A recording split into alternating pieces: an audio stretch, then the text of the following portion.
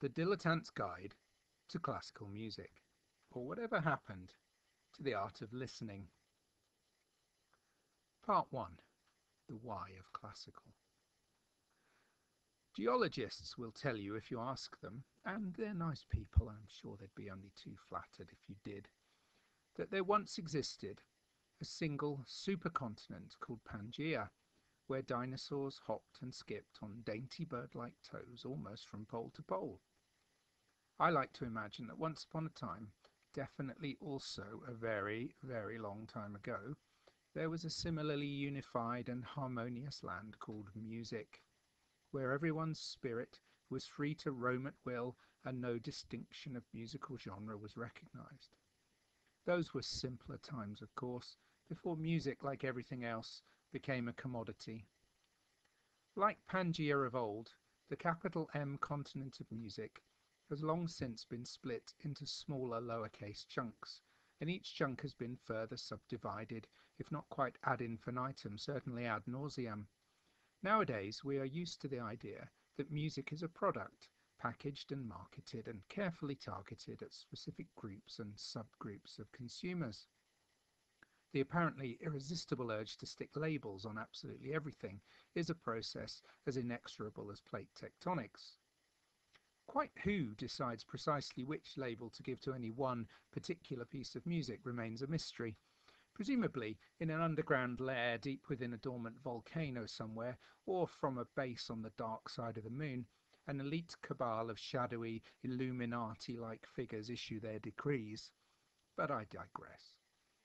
One of these orphan chunks of music is these days given the vague appellation classical. For some, it is a mysterious island surrounded by a Sargasso sea of snobbery and elitism. For others, it has disappeared off the map of comprehension completely. Do you actually like classical music, they ask, incredulous? Or, do you actually like classical music? Implied unbelief, as if encountering an exotic species previously thought extinct. But why should this be? After all, it wasn't so long ago that what we now broadly define as classical music pretty much was all of music, at least in the West anyway. There were ancient folk traditions, of course, but these were mostly associated with bearded, real ale-quaffing blokes sporting bells on their shoes and ribbons in their hats, dancing round poles while knocking sticks together. Classical music was the medium of expression for many of the greatest creative minds of the day. But something odd has happened recently.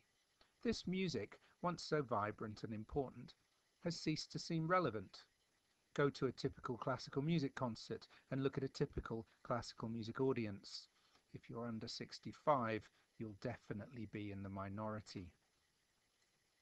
But for we would-be dilettantes, such a vital cultural cornerstone surely still deserves our attention. After all, it is a defining characteristic of the dilettante that we want to know. We want to become an enthusiastic amateur, even if we never want to be an expert. There is a way for the dilettante to learn to love classical music. But first, a bit of background about how we got to where we are. Part 2. The what of classical.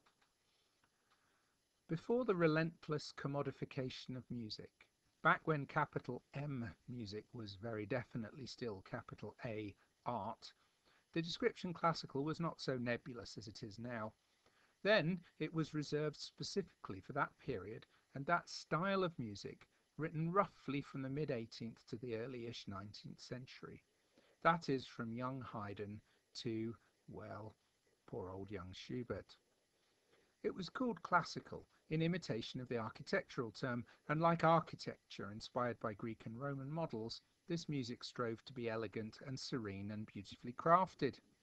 Its clean lines and clarity of structure were intended as a fresh broom that swept away all the baroque clutter of splendidly bewigged bark and handle. Gone were the knotty fugues, fiendish canons, and other polyphonic hangers-on from the Renaissance. Classical music instead had tunes, often great big wonderfully hummable tunes, backed by an easy-to-grasp chord-based harmony. And like its contemporary brick-and-mortar analogue, the Palladian villa, it relished symmetry. So when we hear that big tune at the beginning of a symphony's first movement, we can be sure it will be back before the end. Composers working within this somewhat predictable format introduce novelty via dynamic contrast, for example, or clever use of different instrumental effects. Haydn was the master of this. His Surprise Symphony has a massive fortissimo at the end of an otherwise quiet opening, while in his Clock Symphony, well, you can guess what he does there. But because we don't take such stylish structural devices as sonata form or the Da Capo aria for granted anymore, we are no longer capable of hearing these pieces with the charmingly flabbergasted ears of their original audience. Haydn's surprises are no longer surprising, and we just don't get the joke in Mozart's musical joke. Much of this music now has to be accompanied by explanatory notes, rather like those annotated editions of Shakespeare you were made to read at school. In an era of instant gratification, this requirement to do even a modicum of research feels irksome and off-putting to many. It wasn't quite so bad in the days of the LP and CD, when you could read the thick booklet that came with the recording, but what to do when streaming Italian or German opera from Spotify? Probably that's one reason why many people just don't bother anymore. Part 3. The unfortunate elitism of collectors. Now, art is not always meant to be easy or instantly accessible, of course. That's one of the things that distinguishes it from pop culture. It demands attention and effort from its audience. Mahler's Kindertotenlieder are unlikely to qualify for Eurovision anytime soon, and even sunny, upbeat Mozart makes you work. Try sitting through the whole of Idomeneo if you don't believe me. But both attention and effort are unfashionable commodities these days, and those dwindling few who are prepared to put in the hours have an irritating tendency to consider themselves entitled to membership of an exclusive club, the musical cognoscenti, those in the know. Hence the apparent snobbery, even if it is mostly bluff and bluster, like the wine connoisseur who pretends to have a more sensitive palate than the rest of us, but can't actually tell cheap plonk from the good stuff. This tendency towards elitism, ironically, seems to have arisen as an unexpected byproduct of what otherwise was a democratizing technology, specifically the advent of recorded music. Before then, it was not possible to own music in your own home, except in the form of sheet music, and to bring that alive required a considerable investment of time and patience to achieve the requisite competence on a musical instrument. And even then, you weren't going to do justice to Beethoven's Ninth on your front room piano. If you wanted to hear an actual symphony, you had no choice but to go to the concert hall.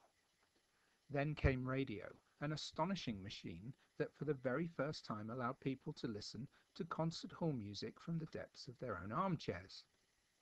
It must have been a revelation in the early years of the 20th century.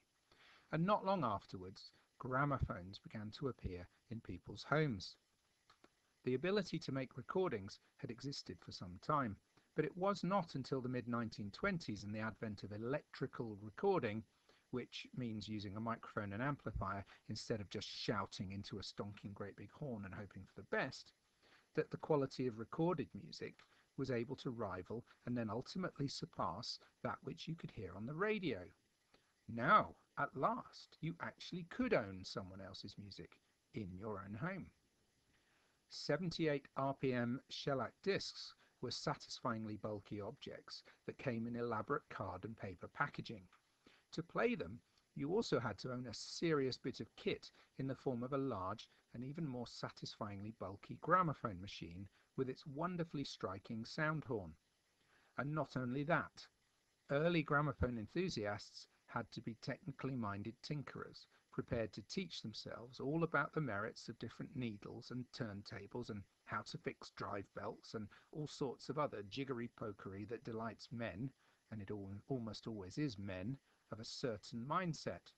Just the same kind of men who might otherwise have spent their time collecting stamps or steam train engine numbers. Now they had a new focus for their urges. They could collect recordings, and so they did. And then came 33 RPM LPs, and new electric record players, and then stereo speakers, and then quadraphonic speakers, and then, oh please stop, will the pleasure never end, digital and CDs, and a whole new opportunity to collect the same music over and over again in each successive format. Decades and decades of near orgasmic entertainment for the obsessive compulsive cataloguer. But as these magpies of recorded classical music built their bigger and bigger nests, they unwittingly deterred those who didn't share their strange enthusiasm. Magazines like Gramophone, the most venerable and longest lived of them all, kept the obsessives hungry for more, ever comparing new versions against the previous gold standard. Now the question was never which composer or which piece of music, and it wasn't even which performer, but always which recording do you prefer? And how could you possibly answer if you hadn't listened to them all? The collector was forever tormented by the fear that maybe the one LP of Elgar's Concello Concerto they didn't own was in some indefinable way ever so slightly superior to all the ones they already had neatly stacked on their shelves. Classical music had ceased to be an inspiring but ultimately transient art form that came to life only when audiences and performers met in the sanctified surroundings of the concert hall. In the hands of the collectors, it had become more like a museum where the cognoscenti could browse the carefully catalogued and preserved exhibits. Although record companies sustained this market for years by changing formats regularly, thus stimulating new generations of collectors, today, with the cataclysmic advent of streaming music on demand, these record enthusiasts are dying out like the dinosaurs of Pangaea. And with them, so perishes the demand for endless recordings of the same old core repertoire. No one wants yet another complete Beethoven cycle, and the specialist classical record companies are in terminal decline. Part 4. Alienated audiences. It didn't help that while recorded classical music was transforming itself into a commodity to be archived by enthusiasts, contemporary classical composers seemed hell-bent on shutting themselves off from the general public who might otherwise have supported their work. Before records came along, when people still had to go to the concert hall to hear new music, composers at least wrote with the knowledge that their efforts would be heard by a ticket-buying audience, and they generally made some attempt at least not to alienate said audience completely. But once recordings freed them from the tyranny of having to please the hoi polloi, composers seemed to have had a crisis of confidence. They were no longer convinced that writing music with an audience in mind was such a good idea. Indeed, they began to think that if the public actually liked what they had written, they had somehow failed as a serious artist. As the 20th century progressed, music was no longer allowed to be just music. It was most definitely not to be described as nice or pleasant either. Instead, it had to be both entirely, uniquely unlike anything that preceded it, and contain a stinging socio-political critique of contemporary mores, the more off-putting to the audience the better. A brief anecdote to illustrate. The composer Leonard Rosenman was making a name for himself in New York in the early 1950s. With his impressively angular and avant-garde music, he was the darling of the critics. But in order to make ends meet, he was also giving piano lessons, and one of his students was a young actor named James Dean. When Dean landed a big part in a new Hollywood picture called East of Eden, he was instrumental in asking that Rosenman be given the chance to write the score. The result, in Rosenman's own words: "The year I did my first film, I had 5 major performances in New York. The minute I did my first film, I didn't have a performance there for 20 years. Thanks to Hollywood, Rosenman had at last begun to earn good money from his music, but in so doing his status as a serious artist was utterly obliterated. Talking of film music, this is why I think it has become increasingly popular with listening and concert-going audiences. It's no coincidence that as classical composers increasingly retreated into navel-gazing, Film music filled the vacant mainstream niche. According to Classic FM, the best-selling classical album of the last few decades is the soundtrack to Titanic. Hans Zimmer has been able to take his massively successful scores on a stadium-filling, globe-trotting world tour, and orchestras around the world regularly program film music nights. There's still a strong desire to hear popular, accessible orchestral music, music that actually has tunes in it. Film music caters for that demand. Now, film music might or might not qualify as classical. Not everything that is played by an orchestra has to be classical. But if you refuse Hans Zimmer, the accolade of classical composer, well, how about John Williams? How about Erich Wolfgang Korngold? You can draw the line anywhere you like, but it's always going to be an arbitrary one. I'm pretty sure that if Handel or Mozart were alive today, they'd be working in Hollywood. Can anyone blame the general public for preferring film soundtracks and tried and tested lollipops, you know, Vivaldi's Four Seasons or Puccini's greatest hits, to the serious alternatives on offer since the middle of the 20th century? Few people really want to shell out a chunk of their hard-earned and go to all the trouble of travelling to a far-flung concert venue just to watch someone shove spoons and forks into the belly of a piano. Remember that original definition of classical? Elegant, structured, harmonious music with beautiful tunes? Is it so bad to want that? I know, I'm exaggerating. In case all this sounds too much like reactionary grumbling, I really do believe that contemporary classical music, be it experimental or avant-garde or just new, can be amazing and surprising and delightful. But it's not easy getting to grips with the likes of Ligeti or Lutosławski, and it's very definitely not for everyone. It requires work to discover what's out there, work to understand a difficult new musical language, and hardest of all, work to sort the proverbial wheat from the chaff. That's generally not a problem with older music.